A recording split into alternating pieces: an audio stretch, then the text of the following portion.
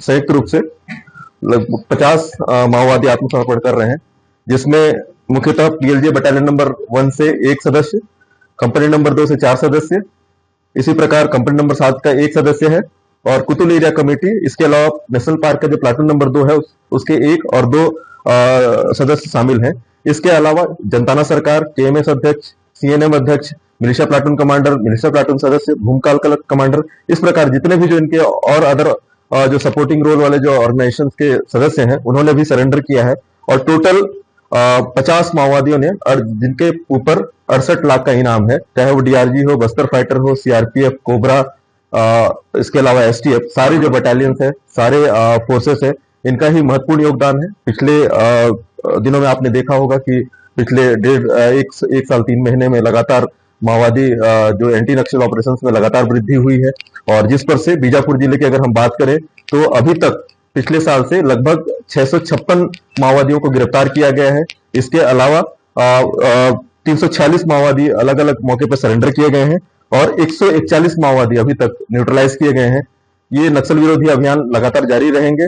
और मेरी यही अपील है कि जो भी लोग अभी अंदर में जो काम कर रहे हैं, नक्सलवाद से जुड़े हुए हैं, वो तत्काल सरेंडर कर ले, नहीं तो हमारी जो नक्सल विरोधी अभियान हो, चाहे वो कोई भी एरिया हो, चाहे वो नेशनल पार्क का एरिया हो, इंद्रावती के पार्क का एरिया हो, चाहे कोई भी एरिया हो, लगातार हमारे नक्सल विरोधी अभियान जारी रहेंगे और या तो उनका परिणाम आत्मसमर्पण होगा, गिरफ्तार होगा या फिर न्यूट्रलाइजेशन होगा। आगे के लिए मैं डीआईजी सीआरपीएफ नेगी सर को आमंत्रित करना चाहूंगा कि वो। बहुत स्वागत है। CRPF, Bijapur police, DRG, cobra, STF लगातार एंटी नक्सल ऑपरेशन इन इलाकों में कर रही है और इन ऑपरेशन करने के कारण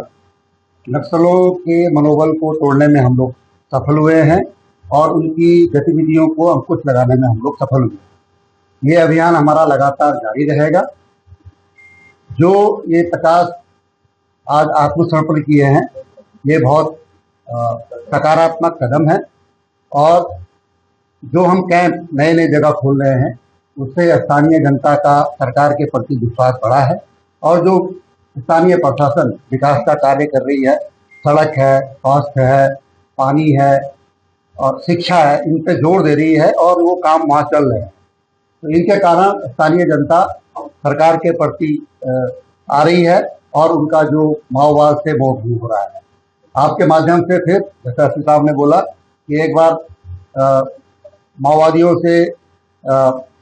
अनुरोध है कि वो जो सरकार की आत्मसमर्पण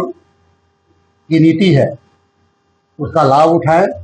और जो भी इसमें पुनर्वास के